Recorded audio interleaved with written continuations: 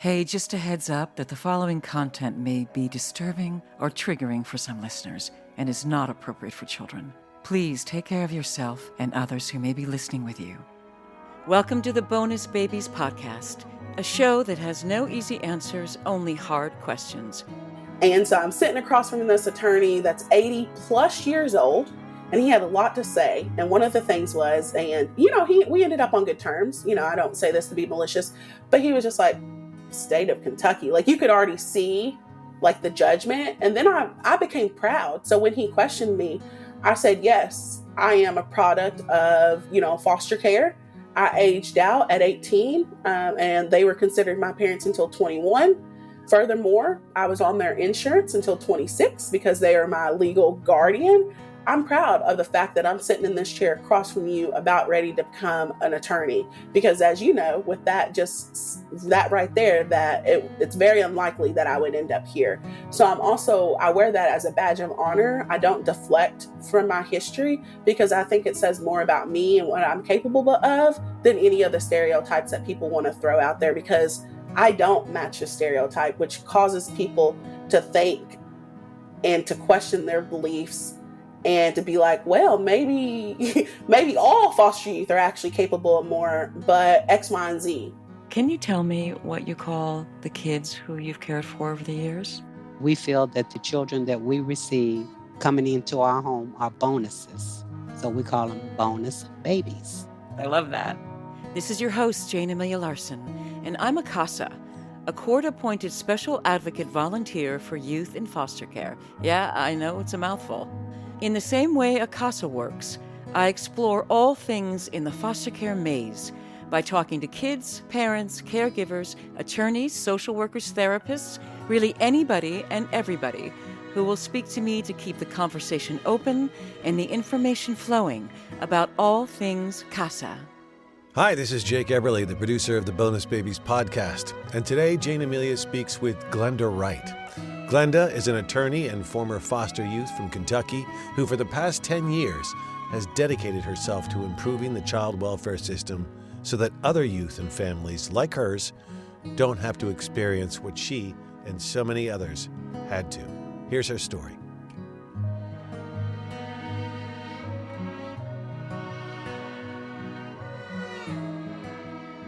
Hey, I'm here with Glenda Wright. Hello.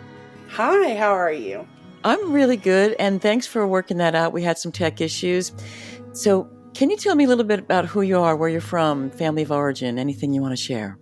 Yes, as you kindly gave me a nice introduction, I am Glenda Wright. I am from Owensboro, Kentucky. Big shout out to my Kentuckians out there. Okay, watch out, because my boyfriend is from UGA, so he has a problem with Kentucky, just so you know. Okay, I'm just saying. Dang. But you hate to see it. We're all biased, right? To some extent. somewhere or other, it just creeps up. It does. So I wear my those kind of biases proudly. But so if you don't know much about Kentucky, I grew up in a pretty smallish town there in Owensboro, and then I moved to a much smaller town for college. So that was a fun adventure. My family dynamic and makeup is as complicated as my history. So I like to say I have my bio family who I am extremely close with. Those bonds are as strong as, anything. And then I have my adopted family where I did an adoption through Christ. So I am one of 11 and I am the only adopted child. So mom is a trooper of 10. Plus me. I'm from a family of 10. I'm number 9. So you're number 11 Dang. out of 11. Oh my gosh, you lucky girl. Yes, but I'm technically the middle child. So I have Sophia. I have 3 under me, maybe 4. Yeah, I think 4. As you know, it all gets a little complicated because all the babies, they come so quick. And then I have my last foster mom, who I consider to be one of my 2 mothers. A really unique setup. And in that family, I am one of a bunch because she has been fostering for many, many, many years. Right. So she's your foster mom. So you have two bonus moms, right? And one bio mom. Yes. Okay. Okay, Yes. that's great. So you got three moms. That's I excellent. have two. I do not actually have a relationship with my bio mother. Oh, I'm sorry about that. So how did you end up in care? What happened? Well, that's a fun little story. So, I would say my original placement with foster care, I believe I'd have to go back and look at the records, but I believe I was 2 years old. So, in my bio family, I'm one of three, and I am also a middle child. So, my mother, really struggled with mental health issues and drug misuse. And so, through those kind of struggles, we all actually ended up in my grandmother's care. So, we did a couple of in and outs whenever I was really adolescent. But for the most part, my grandmother was the primary caregiver for me and my siblings. And so at the age of newly turned 14 in 2009, my grandmother unfortunately passed away. And so with that passing, there really wasn't, to the state standards, someone that could come in and take all of us. And so they made the unilateral decision to place all four of us back into foster care. And so from that initial placement at 14, I was in foster care with no pop ins and pops out, fully in care from 14 until 21. And then at some point before the age of 18, both of my parents actually went through the TPR process, so termination of parental rights. And so I'm actually just submitted my bar application. And one of the questions is, who are your parents? And so I have to put, and I do put the Commonwealth of Kentucky, because as you know, TPR means I do not have parents of record. And so the Commonwealth of Kentucky is my parents, both mother and father. And so I put that in my application. And I remember the first lawyer that interviewed me, he was like really confused. He was just like, what do you mean Commonwealth of Kentucky? What are your mom and dad's names? And then I had to, of course, unfortunately disclose the history and just say, I have to put everything as accurate according to the law for the bar application. And so on record, I don't technically have a mother or a father. That would be the state of Kentucky. Well, what an interesting challenge for you, because of course, yeah, if you're on your way to becoming an attorney, and if I recall correctly, you started and then you said, no, I'm not doing that, but now you're doing it again. So long story short, I've been in paid child welfare field for actually 10 plus years. So, labor of love, I did some volunteer work, but a lot of portions of it were paid. So that's very fortunate for me. And then through that, I actually ended up in my commissioner's office. So the top of the top for child welfare in Kentucky, did that for almost 2 years. And then whenever I felt called to kind of leave, that's when I actually moved into law school. A year and a half into law school, I thought I would go the traditional route. I never wanted to go to law school to be a lawyer. I actually just wanted the educational acuity to understand the system I was in at some points and the systems that other people were in so that I could better help people. But you know how you get in there and, stars and dazzles. And so I was like, okay, had a hard time in the work because it's so closely aligned to my story. I'm going to go ahead and take a little break and move to be a lawyer. Well, a year and a half in, I like to say I had a calling from Jesus, what have you, whatever people believe in. And I actually somehow got a bug, and I was just like, I felt called to open up my own child welfare consulting firm. So in law school, I was I was that person that participated. I was vice president of this. I was president of that. I opened up this firm a year and a half in. I was Wow. clerking for a big firm. I was doing all this stuff. And I was like, Glenda, you already got an offer for, something. And so, you thought that's what you wanted. And then to change it up and go back into something where you kind of struggled a little bit because it was so closely tied to you. But I felt called to do that. So from that moment on, did a Washington, D.C. internship for foster care type stuff. Right after law school, I was going to do the bar and some life things happened. And it was just another kind of, oh, okay, this is more proof. And so after that, I just really decided I didn't want to utilize my law degree in a very typical way. But after DC and seeing kind of what is needed for policy changes at the federal level, I kind of was recommended to go ahead and get that bar. That way I could do some of the legal aspects. So yes, I have decided now that it's going to work with everything I kind of envision my life about to be. I'm going to go ahead and sit for that bar, but only in the caveat. And I have to let all my family know this because they get so excited not to be a traditional practitioner, but to further my goal of really cementing my work in the foster care arena. I want to dig even deeper and go even wider and bigger. And to do that, I'm going to probably need that law degree at some point. So let's just do it, right? Okay, wow. I wow. All right. You're wowing me. So do you know that you're really ambitious? Has anybody told you that? I mean, is this a thing for Oh, you? man. Honestly, I will not share my resume, but it is a thing. I literally ran my first campaign successfully at 21. I passed my first law at 21. So some might say I started pretty young and I hit the ground running. But when you're passionate and you see such a need, for me, it's not a choice. Like some people are like, "Oh, Glenda, don't work 6 jobs or don't do X, Y, and Z. You need to calm down and you need to relax." Right. But there's a need out there. So if not me, then who? And that's another part of my story. I've been fortunate and unfortunate to work with a lot of different organizations in this work. And I won't give names, but I would say more than I'm comfortable with were not living their values. So I personally don't think it has to be Glenda Wright, but it has to be someone. I gave it 10 years. If I'm not finding that someone or that something, then like I'm called to stand on the front lines and do what needs to be done. And so that's honestly what motivates me, is just knowing that there's such a need and there's such a knowledge gap, right? And so I've been given that knowledge. So it's time to pass it on. Yeah, that's of course, because of your background, you bring a lot to the table, and because you've educated yourself and sounds like overworked yourself too. You've learned a heck of a lot, right? But I just want to go back to, so what happened to your siblings? Were you placed together?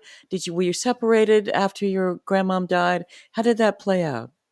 So it played out pretty typical as far as if you look at other stories, right? So it was my understanding that the state, there are people that were open to kin placements, but it seems as though, now that I'm able to read my records, that the kin placements wanted 2 and 2, and they didn't want all 4. Now, these are people that obviously were already in our lives, and even if they took 2 of us, they were still going to keep the connections and all that. But for that reasoning, it's my understanding that the state thought it would be better to just remove all 4 of us together in the hopes of doing a sibling placement, which sounds great on paper. For me, I was in that sibling placement in no time, and it felt as though my siblings actually got sent to different homes. And so we were not placed together for most of my time in care.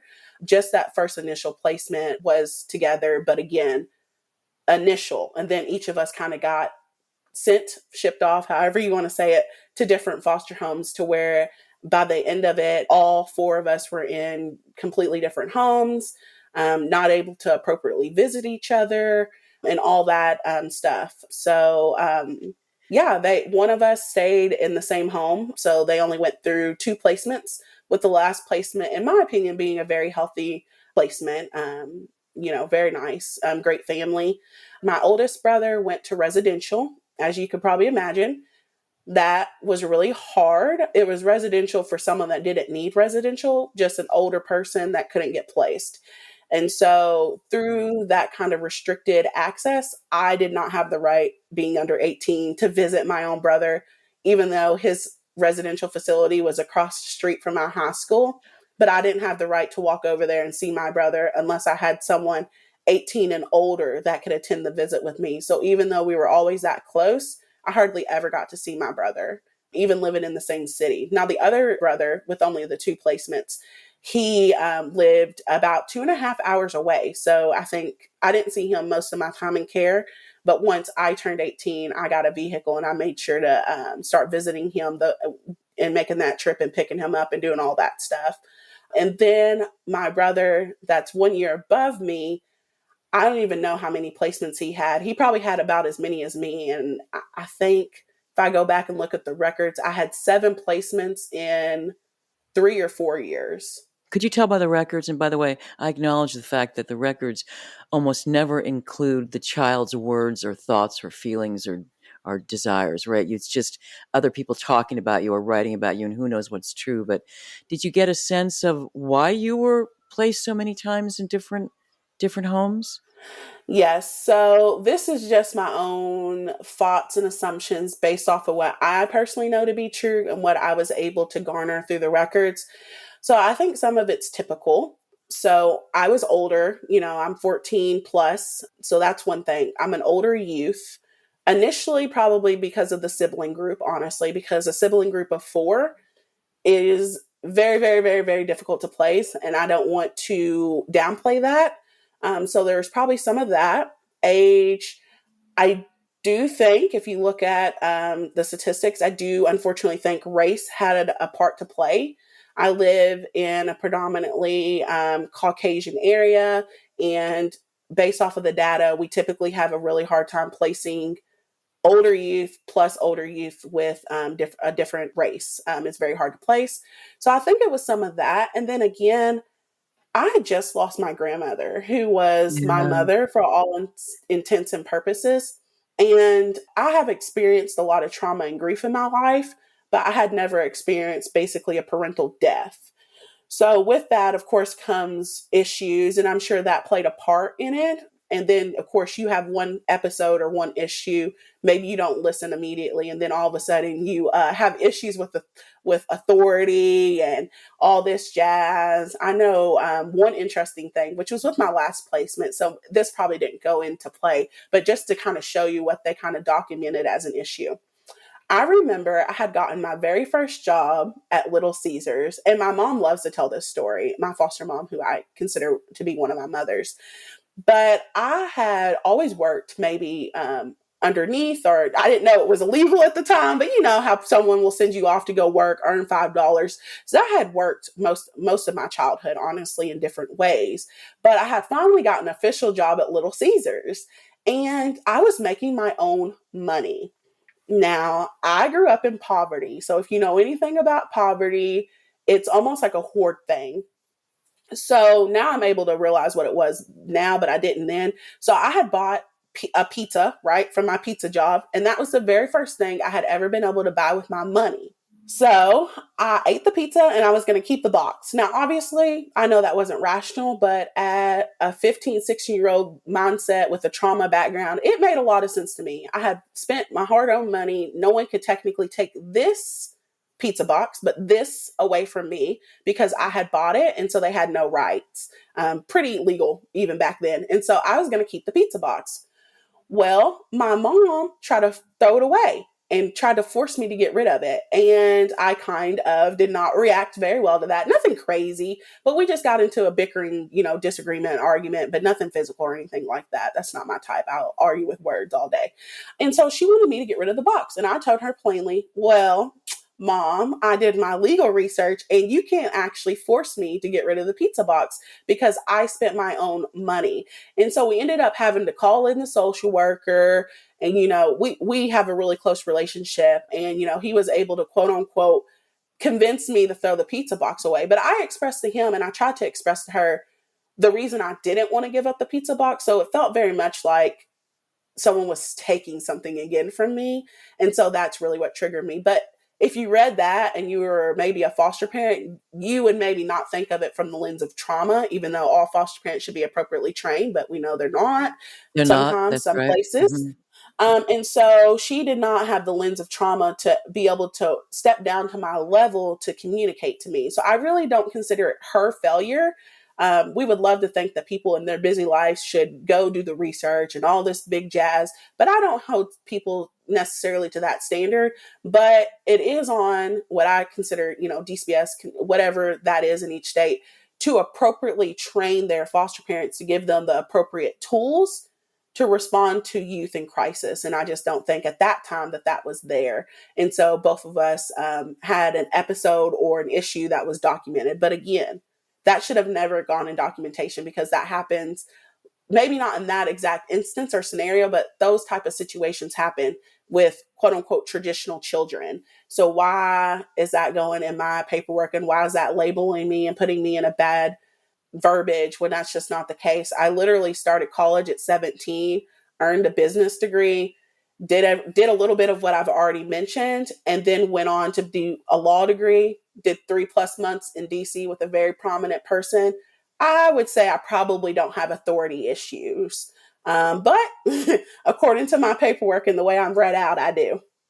Well, it sounds like to me that that pizza box was a symbol of your autonomy, your agency, the possibility of a different future because you could provide for yourself. So I can see the way you describe it why you wanted to hang on to it. Now, the truth is, you could have maybe kept it for a little bit and then got rid of it, right? But you wanted the choice.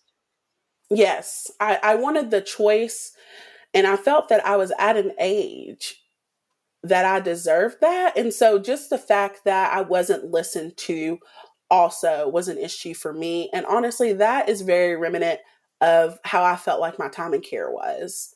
Some people have great stories and foster care saves their lives. And in some regards, I do think it saved my life, but maybe not in the traditional sense. So, to go back to your application for the bar, you have to be absolutely truthful. There's the issue of integrity, and it's a big role. So you write down that that your parents are the Commonwealth of Kentucky, of the state of Kentucky. How did you feel when you wrote that down? Did it sit with you? So I would say yes and no. So, I've been fortunate enough to work in spaces to where I get trained. And so I have more of an understanding of what happened in my life. And so I have the advantage and the disadvantage, maybe, because sometimes I'm too therapeutic, right? But I have that understanding to see maybe how my family got to where it got to.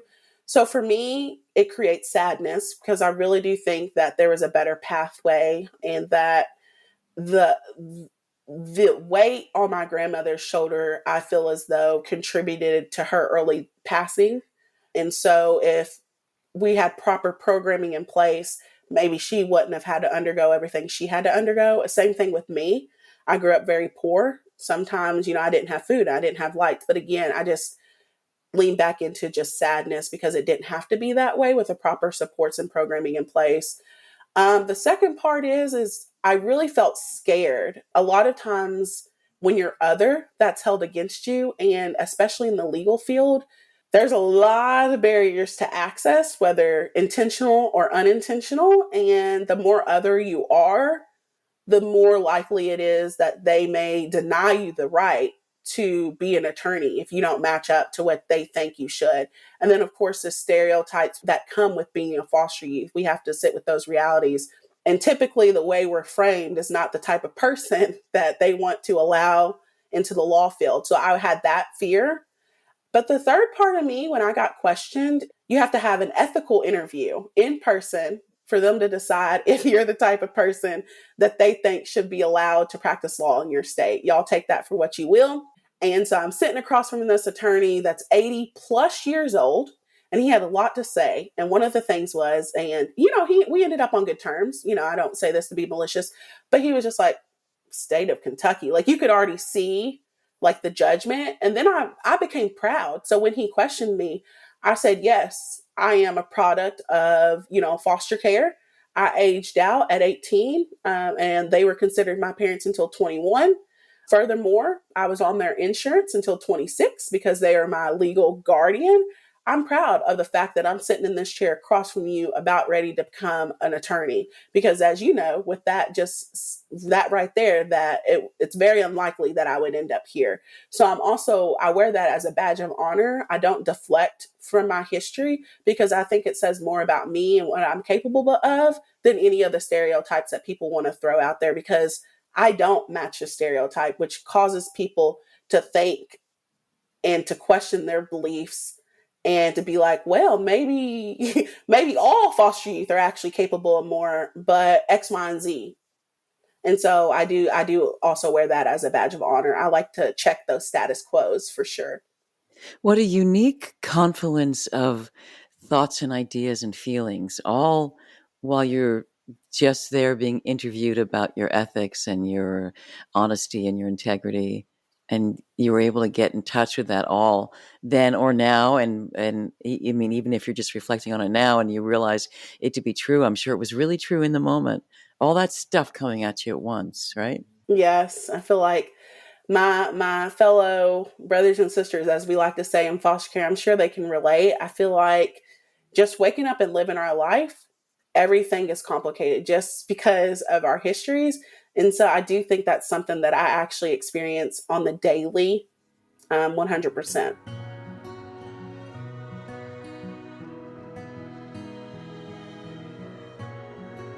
I want to go back to something you mentioned earlier. You talked about that there are people not living by their values, some of the organizations you work with. I've been thinking a lot about values, and I want to ask you about your own values. Do you think about what that means, or do you have any? Is it something that comes up? Can you talk to me about that? Yes, so I don't know where it came from, but I'm pretty sure in my head it was all organic, right? But nothing's really unique anymore, is what people like to say.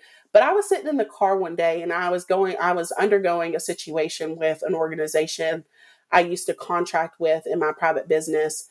And I just kept going over the situation and going over the situation. And I ultimately landed on the issue I'm having is I live my values. And so that's my tagline. I've been using that since then. And I just say, like, I live my values. So when I say I live my values, I'm challenging myself to stand on the groundwork and the foundation that I claim to be. So various things, for me, I'm Christian. So God, I try to sit on those values in the positive light, not the negative light, unfortunately, that sometimes gets created with that. Another thing is I stand on justice and injustice. So if I see instances where organizations are put into these situations and they have the chance to live the values that they claim, so foster, youth centric, and all the good jazz and the holy words that go with this work, and then they underneath the table allow things against what their values are. So for me, I've lost money, I've lost contractors because I choose to live my value. If you're an organization that claims youth voice, but then you're helping youth be homeless or you're creating youth homelessness, okay, you're not living your values. For me, whenever I was put forth with that situation, I didn't put it underneath the table. I stepped up even when I didn't have the time, and I did the reach outs. I tried to get the correct verbiage changed so that foster youth homeless could be fixed in that year. And then I felt as though no one else really did that except for like maybe two people. But then we have all these organizations get millions of dollars and their grants are supposed to fix this issue, but they're not doing that work. So that's kind of what I mean when I say I live my values. If I hear of an organization abusing foster youth, like using them as tokens and not in a real ethical way that results in systematic change, I have some questions. Why are you paying them $25 in a gift card to come and speak on one part of their story that you are already screened and that you're asking them to share, not giving them the true, frequency to do what they want to do? Like, that might be problematic to me, because are you tokenizing a foster youth, or are you actually living your values of working in partnership with youth, right? So that's kind of what I mean when I say I live my values. I truly do challenge myself, even at my own detriment, to not fold on what I claim to be my values.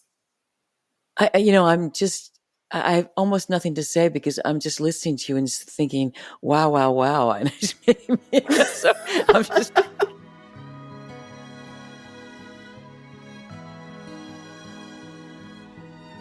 All right, I have another question regarding.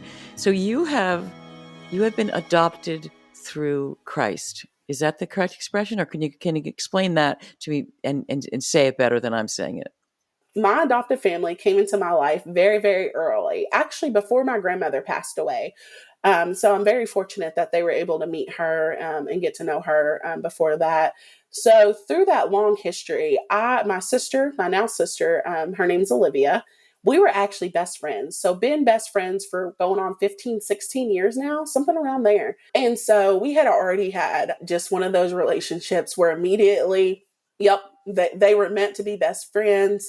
And that's something that her mother noticed as well. And so from the very first moment she saw us together, She invited me to her softball game to see her and support her. And this is all in the same week that we had met. And so they had a farm. And so they would invite me out to the farm. And so I would go out, do overnight sleepovers at the farm, go to church with them on Sunday, bright and early as Catholics do. I was used to lunch after church, but instead I got breakfast after church whenever I was over there. And so that continued on even through foster care. So we lost contact a little bit during my first initial placements in foster care. She did not know what happened to me. I just disappeared. We weren't allowed cell phones, online communication. So literally I was almost trapped. And so it took I think it was one of my last foster homes, I was allowed to make a Facebook. And so I found her on Facebook again. I let her know what happened. And that weekend, her mom's picking me up and getting me from my foster parents' house, and we're staying the night. And so that relationship continued to be a thing. I would go there for holidays and all that jazz. So then fast forward to 2017, I believe, or 16. I was about ready to graduate from undergrad with my business degree. And I remember all the women kind of met me at my favorite restaurant, and I thought something was up, but I didn't know what was up. And they presented me with an official adoption certificate that just announces to the world and to Christ and everyone else that through Christ's eyes, and when we eventually pass away, that will be my heavenly family. And so they had made a pledge to God, the church, and their others that they were going to treat me as a daughter now, which in the Catholic faith, especially, I believe they're Orthodox Catholics. So definitely in the Orthodox Catholic faith, they live their values in a sense. So they take familyhood and Christ and all that to be more sacred than just the law. And so from that day forward, I agreed to, be in their heavenly family and all that jazz. And so I like to say, and I classify it as an adoption through Christ. I was just at my dad's. I'm going to my dad's. I was just at my mom's house on Sunday, and we did family Thanksgiving. My sister, who kind of brought me into the family, she wasn't even there, but it's not a thought. I show up no matter what, just like any other family member. Christmas, mom's helping me plan my upcoming wedding, all that jazz. So, they treat me like family, and they take that pledge of familyhood seriously. And so that's just been great for me. I already felt like family. I treated them like family, but to have someone actually say, this is official, like this is serious for us. We want you. This is home. You're welcome no matter what and no matter when. I think that's what everybody wants to hear. Even if you haven't lost your bio family, you want to feel like it's unconditional. You're here with us forever. You are ours. We are yours. And that must have been a really nice feeling, finally. Did it take away a little bit of the sting of your lack of security as a child? Or did it just, not sure what I'm asking, but I think you understand, right? Like, did Yeah. it take away a little bit of the sting? So this is probably an un-PC answer. And, I love my family, and they're going to probably likely hear this. So I say this next part with love. I think it's supplemented. And, it's one of those things that we talked about where it's just so complex. I literally had that situation happen on Sunday, and I was just like, Glenda, walk it back a little bit, because at the end of the day, like, you do have your family, my bio family. I rarely speak with my biological mother, and I normally never speak with my biological father.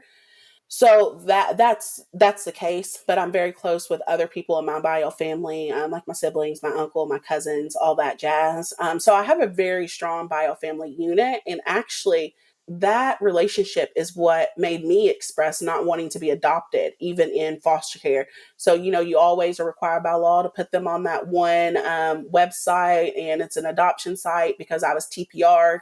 And I remember having a very frank conversation at that time, at pretty young, 16 or so, 15.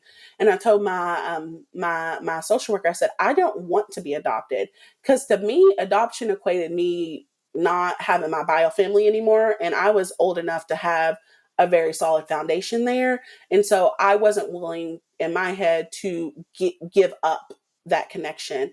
And so I was never adopted in foster care.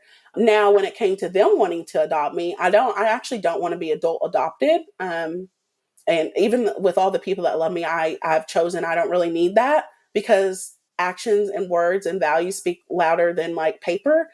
So they supplemented that hurt, you know. I think I'm always going to struggle with really conceptualizing my parents as my parents, if that makes sense. I still struggle with, well, if I was homeless, you know, would they offer me a place to live? Which the answer is yes. But through the trauma, it makes me feel like, I don't know if I'll ever 100% feel secure or safe.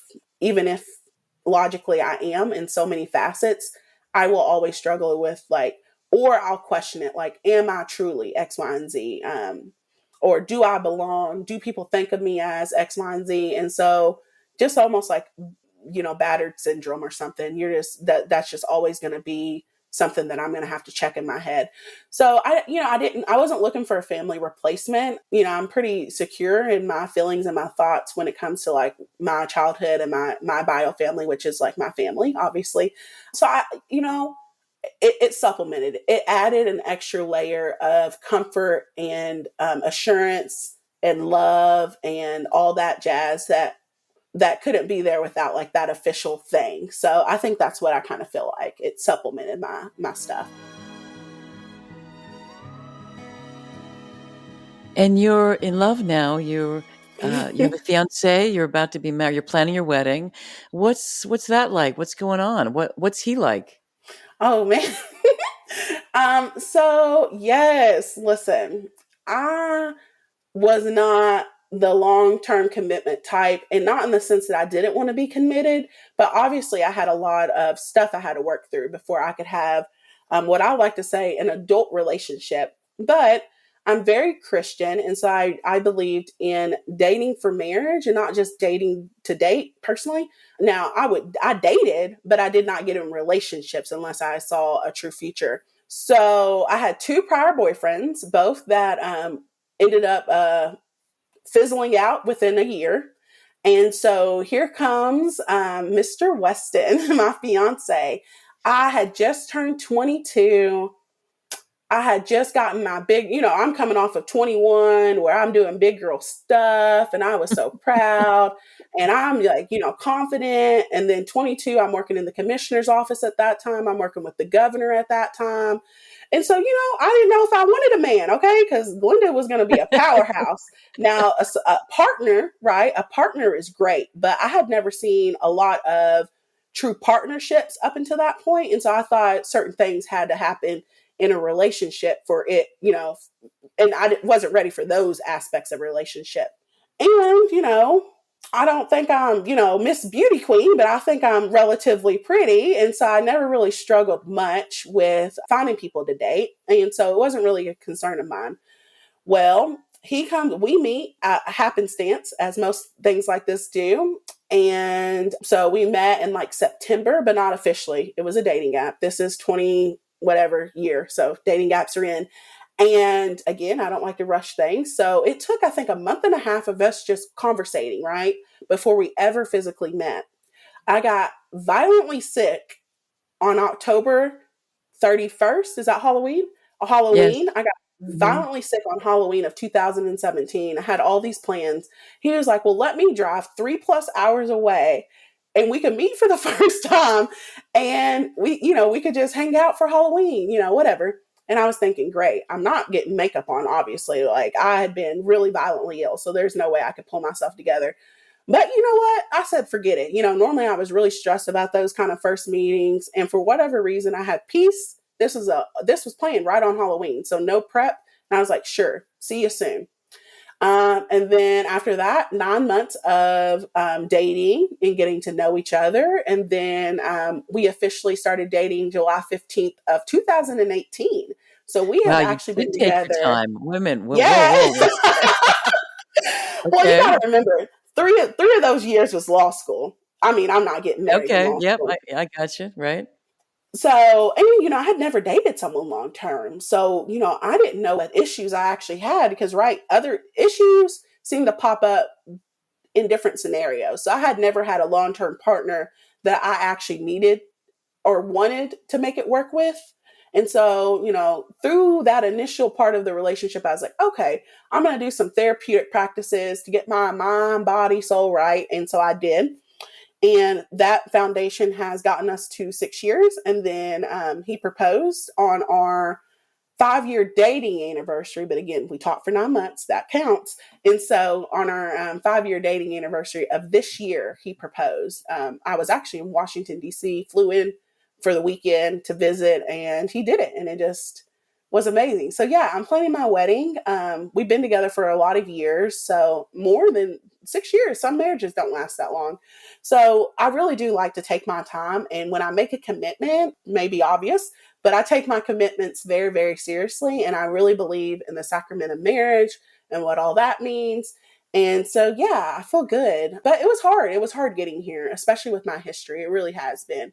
And then adapting to family styles because, I had a very untraditional upbringing.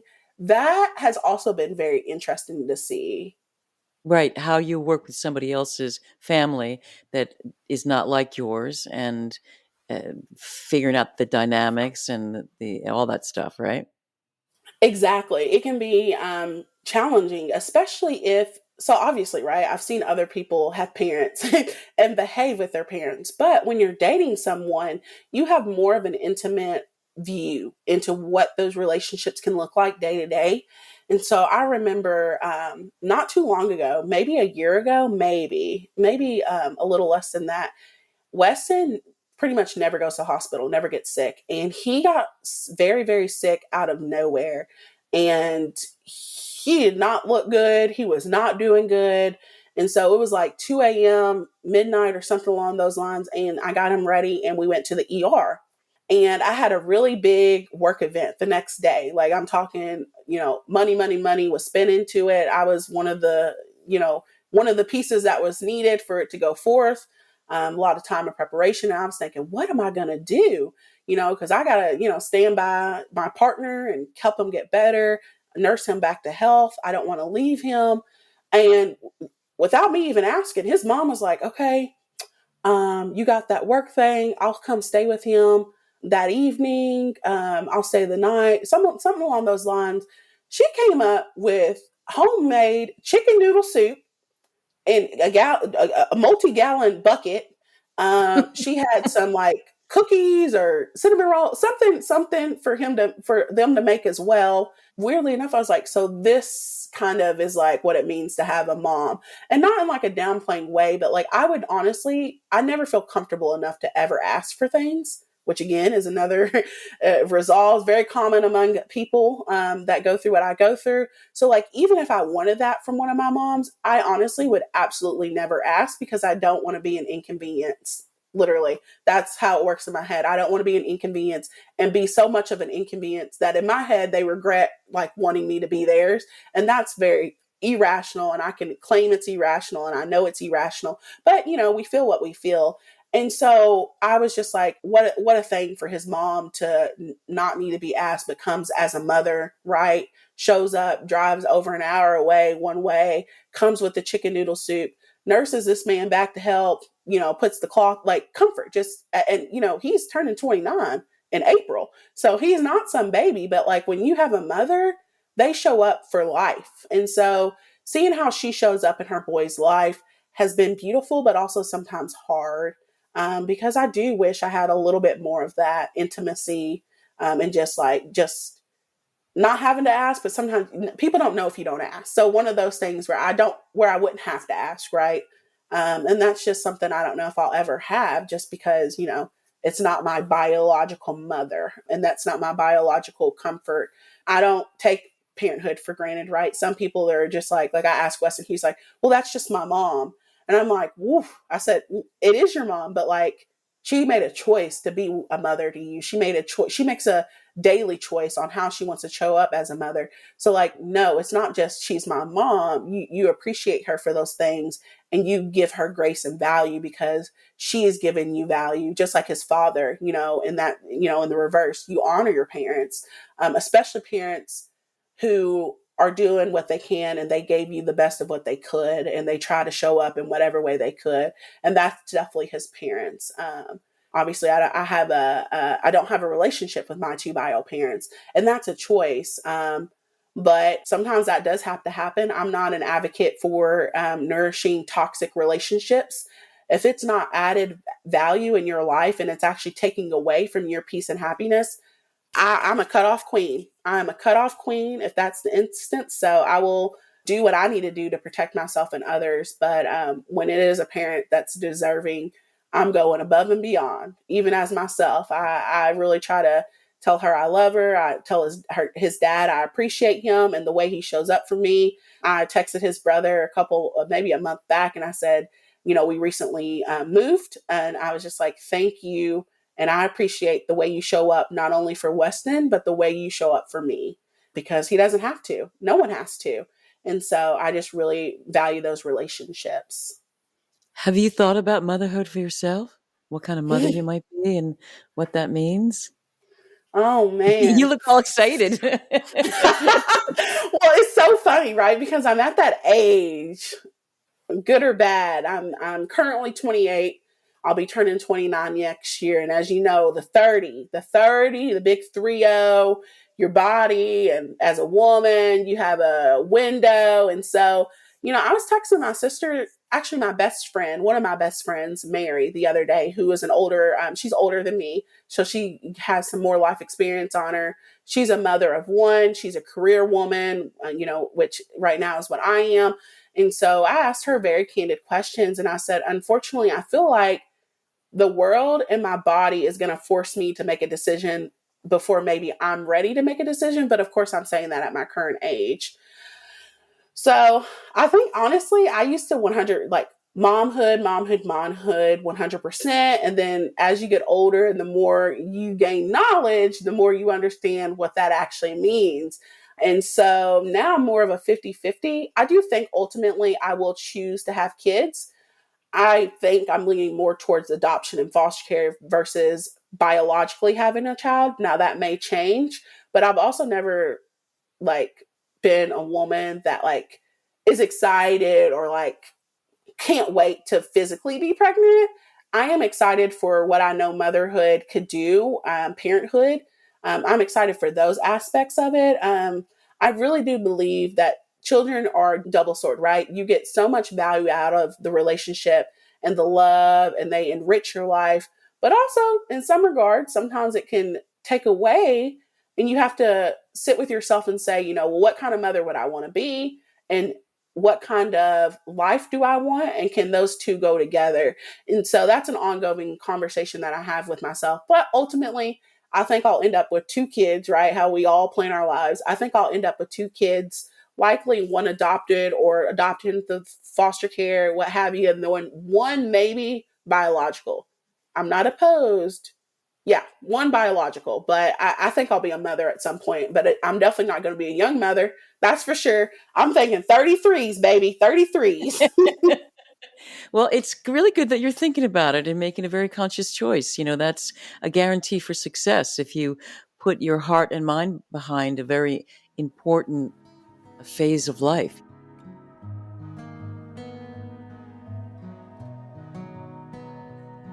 Let me ask you another question, what I ask all my guests. What is the one thing that no one would ever know about you unless you told them? So this is going to be an interesting one. Maybe. I don't know. I should have maybe went back and listened to all the podcasts before, but I didn't because I wanted this to be very organic and just authentic.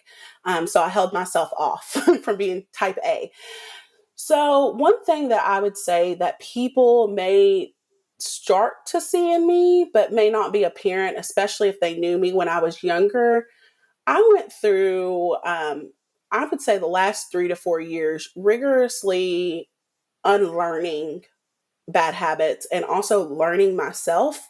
I used to just think I knew myself just organically. I know Glenda. I live in this body every single day of my life, and I know who she is. And in some regards, that was true.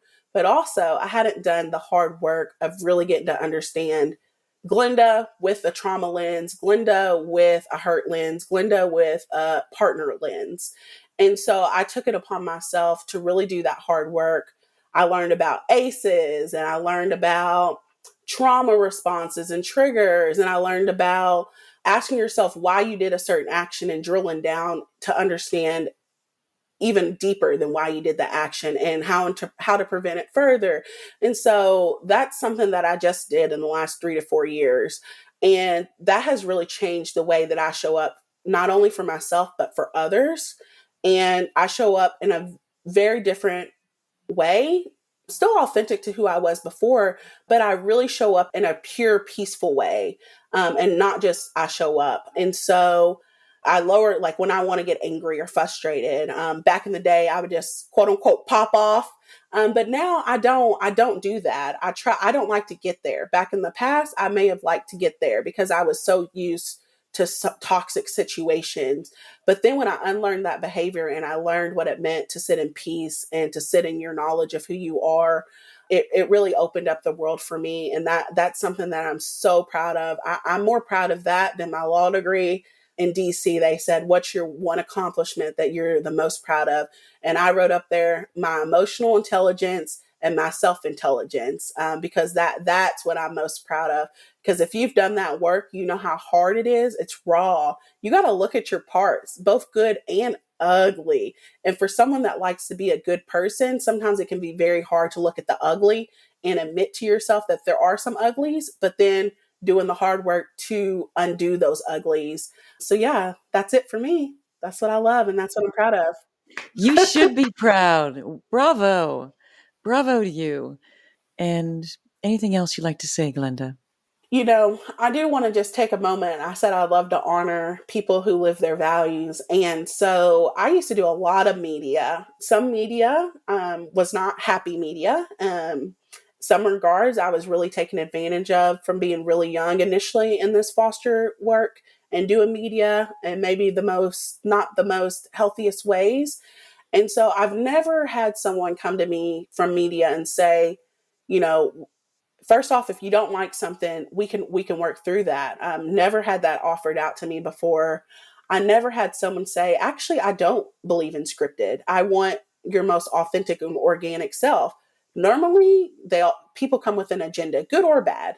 They have certain questions. They want certain parts of your story. It's a semi-rehearsed. And so I just want to say, I knew that you were someone I wanted to be in partnership with, as my pastor likes to say, because those were your responses. So I actually kind of stopped doing media because of the harm that it was causing. But this has really been great. And it really encourages me and reassures me that there are people out there that are doing the good work. They are living their values. And the more I see that, the more it encourages me to work against the grain and to show up in an authentic way and in a truthful way. So just thank you for doing your work the way that you do it. It matters. Thank you. That's the nicest thing I've heard in a long time. Okay, dearie, you have a wonderful holiday. Okay, thank you. After we were done with the interview, Glenda had a few other things to say, so here they are. Earlier, I mentioned that I really love and try to prioritize working with companies and organizations that live their values. And one of those organizations that I have the absolute pleasure of both working with and for is iFoster. iFoster is just one of those champion organizations that are so rare in this type of work. iFoster is really unique because the founder and the CEO is actually someone with lived experience. And I think having an organization head that has a lived experience, knows what that population is and is coming from, really makes them rooted in their values and causes, where sometimes I don't see that in other organizations. And so I really like to give kudos and shout outs when I see people doing the real work. And so to Sarita and iFoster, thank you for being who you all are. Thank you for all the help and the services and the resources and the uplifting that you all do as an organization and as human beings. I'm just so proud to be a person involved in working for iFoster, and that's something that I haven't always been able to say. So just really big kudos to them and their organization. Earlier, you asked me, what about Glenda? What is Glenda doing now? What does Glenda hope to do in the future? And I really had to sit with that. I feel like that is such a big question, and maybe it's a question that we don't give enough weight to. So I'll attempt to answer it, but as I indicated earlier, I really try to go where I feel called. So oh my gosh, let me think. I guess a little over 3 years ago, I was in the middle of law school, and funny enough, I felt called to get back into youth work. So, foster care and all that good stuff that I had been doing previously prior to law school. So, I felt so called that I reached out to one of my really good friends who is now my co CEO, business partner, and I said, let's do this. And so we opened up Wright Hunter Consulting. And so that's something that we put a lot of time and energy into. That is a child welfare consulting firm. We've had the pleasure of working in several states, doing several different projects, all the way from youth building, capacity building, to project management, to keynoting, to workshops. And so that's something that I'm still very passionate about, and something that I'd like to see grow and grow and grow. Maybe similar to iFoster, obviously not the same exact thing, but I'd love to see my impact and our impact as individuals and as a company really grow and foster. And so that's something that I'm really hoping to see in the future. Maybe a couple more degrees, maybe in my future, we'll see. Law school really took it out of me. I would love to potentially run for office one day if I feel called to do that, probably several years from now. But that is something that I do keep coming back to. I love advocating. I love working for others. I love bettering my state. I love bettering my country, whatever that looks like. And I love supporting and giving people inroads and roads to success where maybe they have not always been. So that's something I'm really hoping to see more of in my future. I guess time will tell, right? For all things, we have to see where we end up. And so that's what I'm hopeful for. I want to spend more time with loved ones, my family. That's something that always centers me and always helps me keep going.